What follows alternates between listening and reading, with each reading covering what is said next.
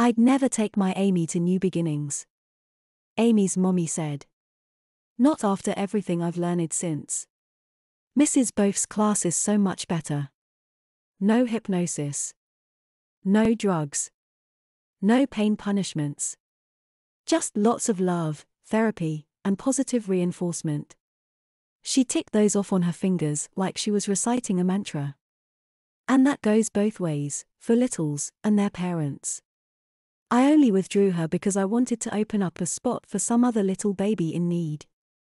Amy was so lucky to meet you and Mrs. Both. I don't work with Mrs. Both, I said.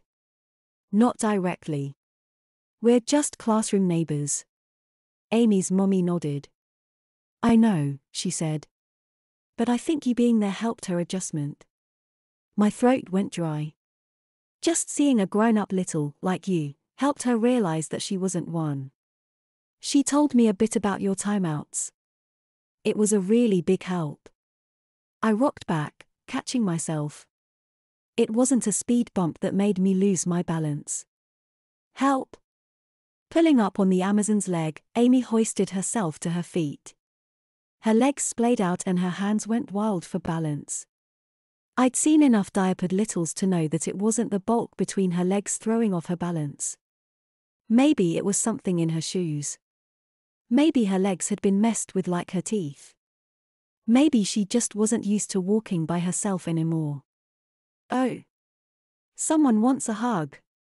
Amy grasped the Amazon's hand for balance and literally toddled across the bus aisle to me.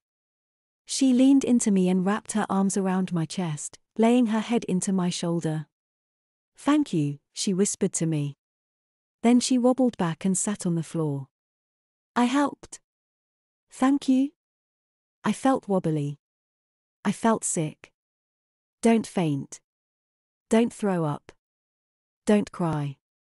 For the love of God, don't cry. Catherine must have seen me losing it because she spoke up for the first time. So, Miss Madra, Catherine said. What brings you and your little girl out this late? My husband and I were just on a dinner date. Smart, Catherine. Smart. Reinforcing the notion that we were adults without sounding too resentful. Thanks, Cass. I shot her a look of thanks. Subtly she nodded. She'd take over a bit. Amazons don't give us littles enough credit for our ability at subterfuge. They see only what they want to see. Miss Madra took the bait. Oh, we were just heading home from the Little Voices meeting. Amy doesn't really pay attention, but she loves to play. Some of the other parents bring their babies, but not this time, right, Amy? Nah.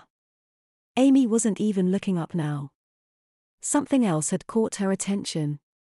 But she was perfectly happy to just crawl around on the floor while the grown-ups talked. Little Voices, Catherine said. I'm afraid I'm unfamiliar with that organization. It is an organization, correct? I wasn't looking, but I heard the tone shift in Amy's mommy's voice. Catherine had just asked the street preacher to peddle their religion by the sound of it. Oh yes, it's a wonderful thing. It's an advocacy group for dash. I tuned the Amazon out and followed the diapered little's gaze to the floor. There, underneath the nearest front-facing seat, was a wad of pre-chewed gum. Pink. Asymmetrical. Hard. Bits of hair, poking up out of it.